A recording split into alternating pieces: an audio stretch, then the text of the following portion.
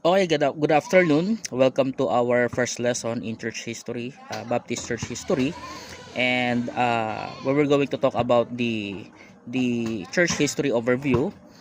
And the question is, where do Baptists fit? Today, we were going to begin our journey in church history, and I want to start with an important question. Why should Christians study church history at all?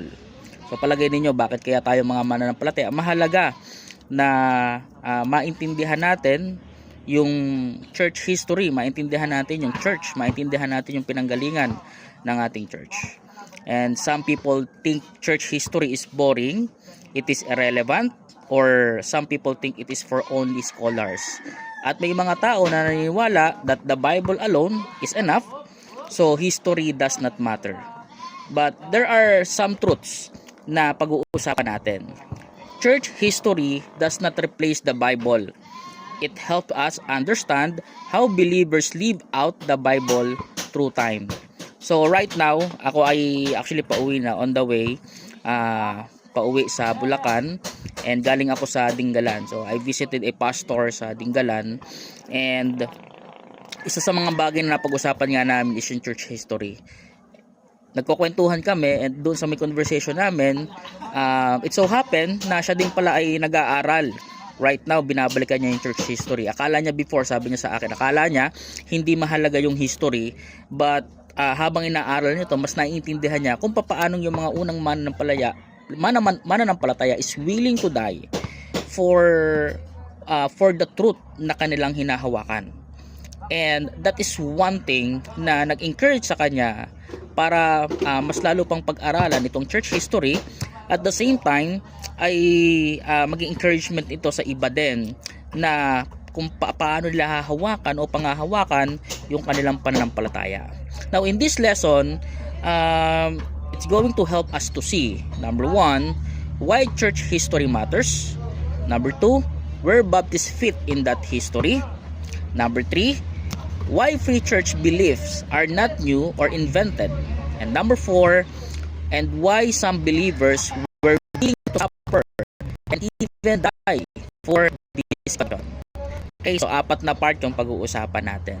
Now, before I go with the first part, I would like to ask you na mag-take down notes kasi magkakaroon ako ng mga assignments. Later on, may mga bagay ako o mga tao na ipapa-assignment sa inyo, and ito ay ipapasa next week. So in the first part 1, why study church history?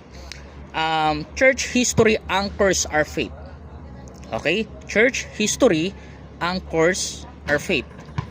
Now, church history give us roots and not just methods. So, kumbaga sa puno, yung pinaka-ugat.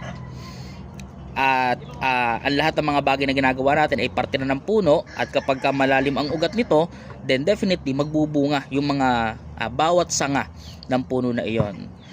And at isang bagay nakakalungkot is most of the churches know the methods but they don't have roots. Isa yan sa mga bagay na makikita natin. Many churches today know how to sing, they know how to organize programs, they know how to grow in numbers, but marami sa kanila, they don't know why they believe what they believe. And we should remember this, that Christianity is not entertainment. It is an emotional motivation. It is not an emotional motivation. It is about salvation through the gospel of Jesus Christ. And when we study history, there are things that we were going to realize. Isang bagay dito, that our faith did not start last year. Okay? Yung ating pananampalataya na pinanghahawakan natin ay hindi lang nagsimula nung tayo nanampalataya, kundi ito ay nag-exist na long time before pa. Kaya nga meron tayong binabasa ngayon na Biblia from the New Testament time, at makita natin sa Book of Acts kung paano itong mga unang mananampalataya, they are willing to die for the gospel. And our beliefs were tested through persecution. Yung mga unang mananampalataya, talagang pine-persecute sila, pinapatay sila, but they are willing to experience those things for the gospel. And isang bagay din dito, when we study history, we will realize that truth survived because God preserved it. Yung isang bagay dito na nagpapatuloy ang katotohanan dahil pinreserve ito ng Panginoon. So, part 1, why study church history? Church history, number 1, anchors our faith. The second thing, doctrine fuels worship. So, here's a principle you should remember. Theology leads to doxology. The more we know God rightly, the more deeply we worship Him. So, the more na mas nakikilala natin siya sa ating buhay, the more na mas nagkakaroon tayo ng desire na i-worship siya. Isang bagay din kung bakit ako ay paulit-ulit na pupunta dito sa Dingalan. Kasi dito pinupunta ako sa Dingalan, isa sa mga dinadaanan ko yung Laur sa Nueva Ecija, at doon madadaanan ko yung bundok, ang lalaking mga bundok, ang tataas, yung tanawan, ang gagandang makikita. And what I realize is this: those things help me to realize that there is someone who created all these things, who designed all these things. And it does not happen for a nagkataon lang, kundi inalaw ng Lord, dinesign niya na mangyari yung bagay na ito. And that leads me to what? To deeply worship Him. And worship without doctrine becomes swallow. Nagiging mababaw yung isang worship kung walang malinaw na doktrina. And emotion without truth becomes dangerous, because we know that our heart is deceitful. Now, in church history, it show us that how doctrines were clarified. Kung paano yung mga doctrine na pinanghahawakan natin ngayon is na-clarified siya. And how errors were corrected. Kagaya nga napag-isapan natin last time that there are pastors, there are missionaries, there are Christians na ayaw sa infant baptism. Why? Because for them, it is not correct. And those are errors that they want to be corrected. And church history shows us that how scriptures was defended against false teaching. Okay. Another thing is, which is the number 3, protection against heresy. Maraming mga sabi-sabi, maraming mga theory, okay, and false teaching do not disappear. They actually recycle.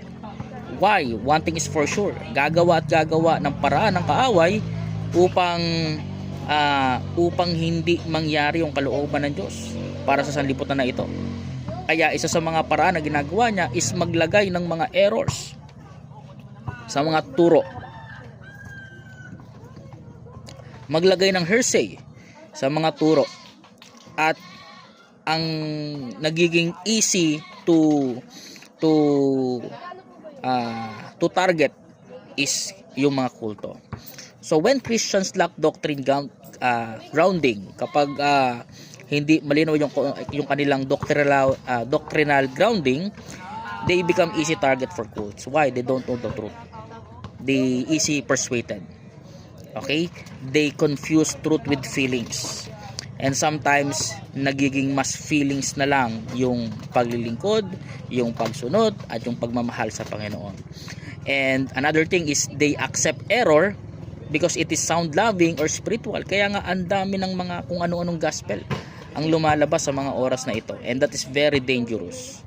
Now, church history trains us to ma-recognize natin yung mga error na ito bago pa ito makapag-destroy ng faith. I have this experience when I was few years ago, around 10 years ago. I have this mentor who was naginamit ng Lord para ako'y makakilala sa kanya, and he became my mentor for 2 years. But we separated our ways. We parted our ways. Why? Because there are teachings na hindi ko na matanggap na kanya tinuturo, na bago niya lang napag-aralan. At yung isang mabigat doon, na sabi niya, there's no salvation in Jesus Christ. And after I heard that, I think there's already a problem from the doctrine na kanyang pinanghahawakan. So, by knowing the church history, it will help you na ma-recognize mo yung mga error bago pa nito masira yung doctrinal na stand mo. Okay? Pang-apat, ecclesiology matters, or how we do church. Because church history teaches us that growth without discipleship, it will lead to instability.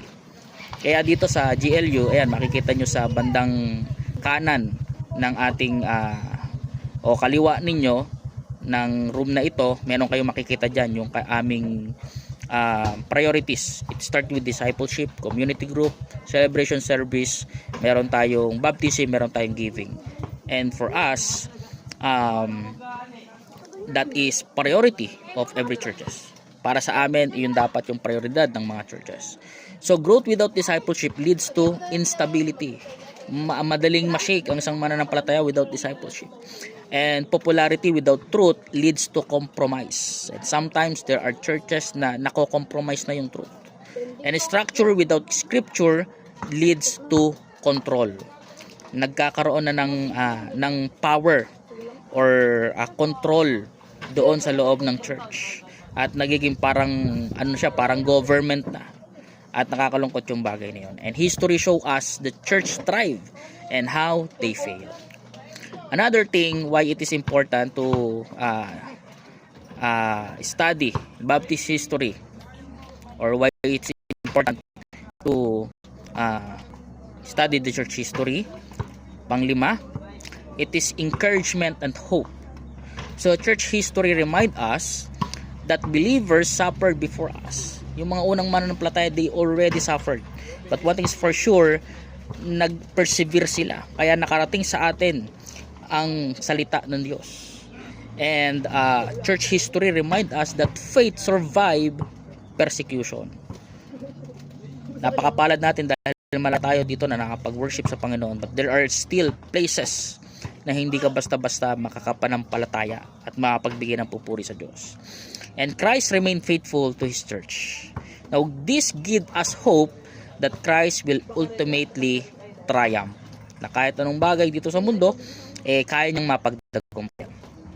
Now, let's move to second part, which is the second question. Nung part ng ating objective, why study Baptist history and theology? Okay, number 1, mispresented history. Okay? Why study Baptist history and theology? Number 1, because misrepresented history. Baptist history is often ignored, and many times it is often misunderstood or wrongly connected only to the Protestant Reformation. But in truth, Baptist convictions are deeply connected to free church movement, not Roman Catholicism and not state-controlled Protestantism. Okay? Pangalawa, the free church heritage. Because the free church heritage that believe that the state has no authority over the church. Kagaya na pag-usapan natin last time, kung bakit dito sa Pilipinas, yung mga simbahang Katoliko may katapat na barangay hall, may katabi na palengke, may katabi na school. They are actually working together, working as one, at napapakailaman ng government ang church. And free churches believe that political leaders cannot control doctrine. That is very important. And Christ alone is the head of the church. Nobody else. Wala nang iba kundi si Kristo lang. Meaning, each local church is directly accountable to Christ, not to kings, not to popes, or even governments. Pangatlong bagay, the believer's church. The believer's church. So this is a core Baptist conviction. And the church is made up of regenerated believers only. A church is made up by regenerated believers. Okay? Mga mananampalataya, not citizens, not infants, not people born into a church system. Why? Ito yung isang dahilan kung bakit ganyan. Because baptism follows salvation. You should be saved first before you be baptized. And one thing is for sure, baptism is by full immersion, full body, whole body. So mula paa hanggang ulo, yan ay fully immersed.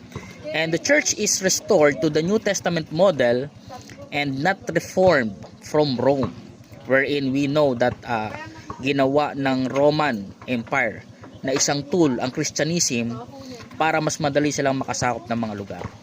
Pangapat, convictions worth dying for. Throughout history, believers were imprisoned, baptism was punished, and separation from the state was considered rebellion. Kaya nga, yung dalawang tao na pinag-usapan natin last time, naka-experience yan. They experience persecution. At yun sa bagay na ginawa nila, umalis sila dun sa lugar para maiwasan persecution. Pero isang magandang bagay, yung isa nilang kasama, bumalik muli sa bayan na yon, sa bansa na iyon, and sumulat siya kay King James the First about that. And sooner or later, he died. But one thing is for sure,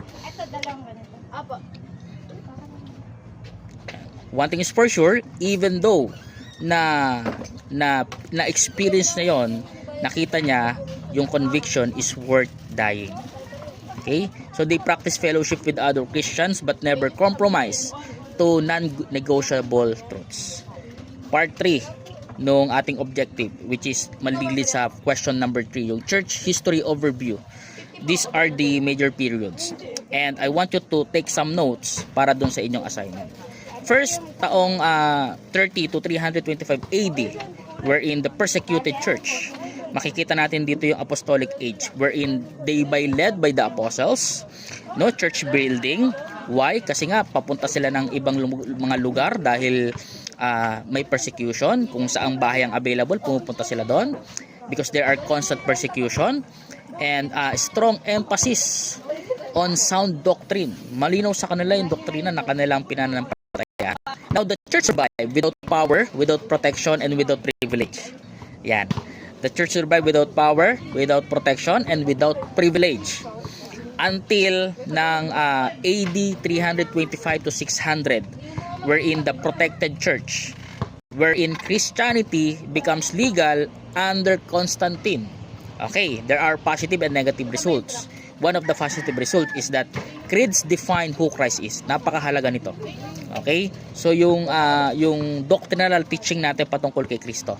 And there is heresies are being addressed. Yung mga maling katuruan na address na siya at naitatama niya. Merong negative result. One of those is that church and state begin to merge. Kagaya na banggit ko sa inyo kanina, na naging instrumento ito, naging tool ito sa pananakop ng bayang Romano.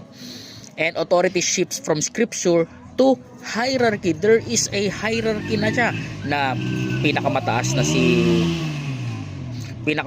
Pope, pinakamataas na si priest, o there is somebody on the body of Christ na dapat sinusundan na. And Roman and papal power begins to rise. Now, pagdating naman ng AD 600 to 1300, okay, wherein ito na yung start ng medieval church. And this period is marked by corruption. It is marked by illiteracy. It is marked by superstitions. Because the church controls salvation, education, and politics. So, nakokontrol nila yon.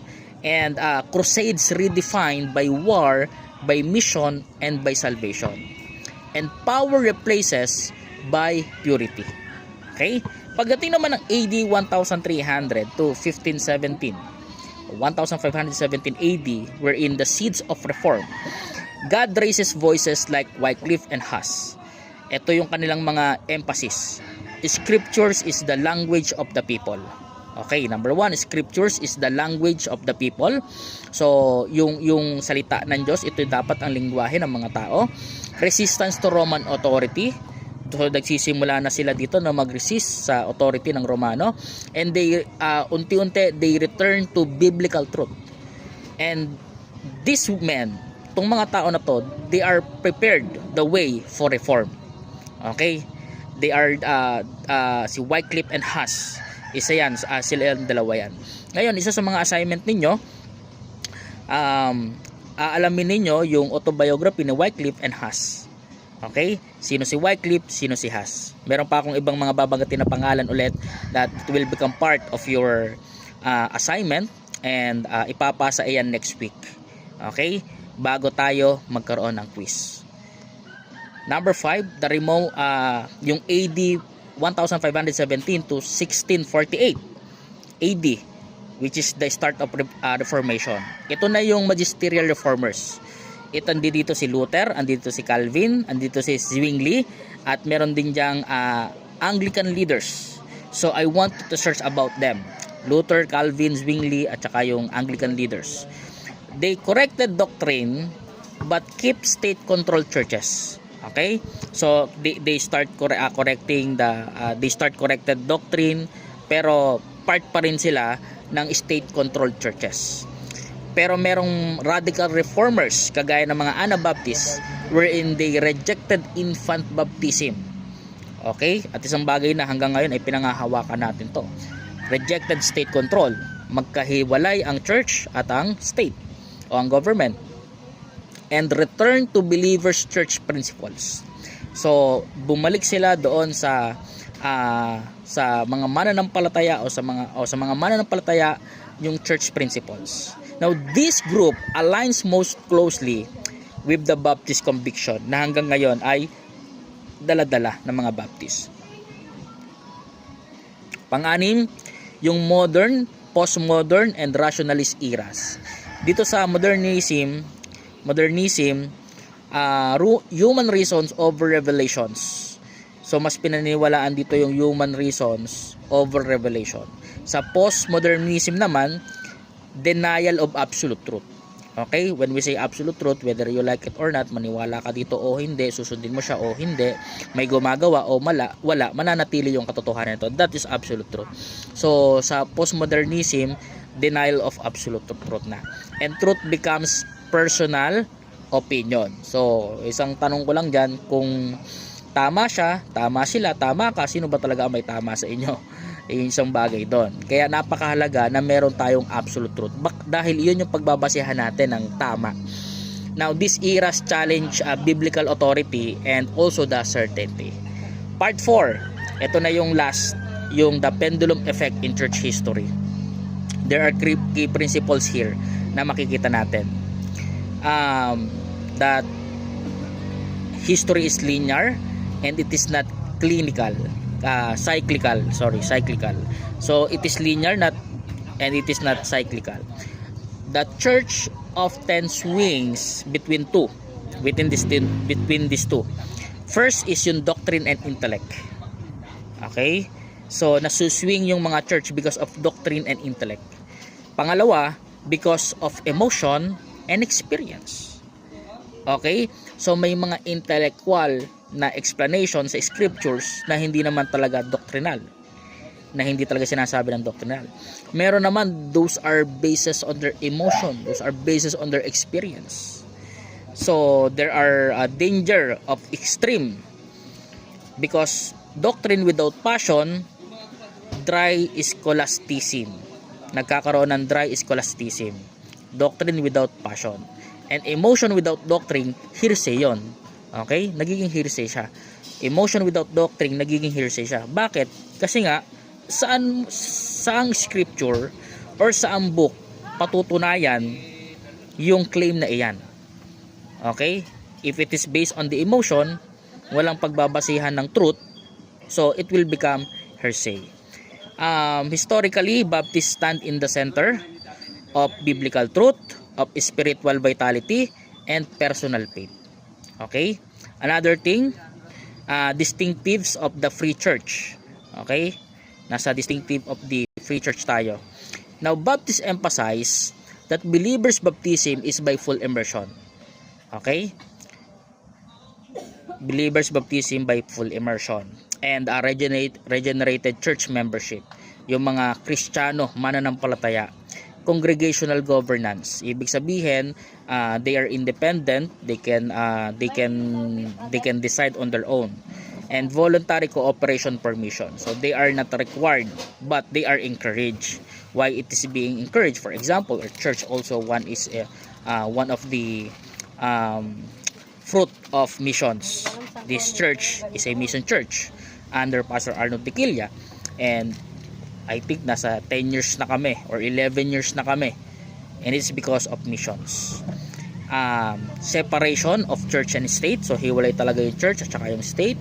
And religious liberty for all, malaya yung bawat isa. Meron kami ditong stand sa amin na every member is a minister, every member is mine. Ngayon, Isa yun sa pinanghawakan namin dahil hindi namin pinipilit ang bawat isa na maglingkod, kundi it is a free will for you. It is kalayaan sa iyo, liberty para sa iyo na maglingkod. No creed but the Bible. So wala kaming ibang book maliban sa Biblia. So hindi kami gumagamit ng ibang libro na nagiging basis ng aming truth. And scriptures in the language of people. Kaya nga ang isa doon sa vision namin to present Christ in a creative, contemporary, credible, and caring to the young urban residents. Now these are not traditions, there are biblical convictions. Part 6, the myth of monolithic church. There are key truths here. And this is the last part. Christianity has never spoken with one voice. There has always been a state church and a dissenting church faithful to scripture. A state church, isa lang ang goal niyan. Okay? It is controlled by the state. And sometimes it is used for political purpose. Second, a dissenting church faithful to scripture. A church who is faithful to the scripture, wala silang government sa loob, and they let the Bible as the final authority. There are early dissenting movements like Montanist, Noviatans, Donatist, Paulicians, Waldensians. Okay? Meron silang short traits. Yung scripture over tradition, believers church, yung separation ng state power, and salvation by grace to faith. Now, dagdag ninyo sa inyong assignments is yung mga meaning ng mga grupo na ito. Montanist, Novatians, Donatist, Paulicians, Waldensians. Okay? Now, as we end, God has always preserved a faithful remnant. Not always powerful, not always popular, pero isa yung bagay na makikita natin dito. Always faithful. And understanding church history, nakakatulong sa atin to stand firm in the truth, to defend biblical convictions, and isa ito dahil na may mga unang na sa pananampalataya ating and remain faithful in our faith. If you have questions, just write it down to your notes, and next week we're going to talk it. I-discuss yan ayon sa aking kakayahan, and also prepare to for a short quiz. I think 15 items yung niready ko na quiz for these lessons. And yung inyong assignment next week din ipapasa. Okay? So I think that's all. Thank you. See you next meeting.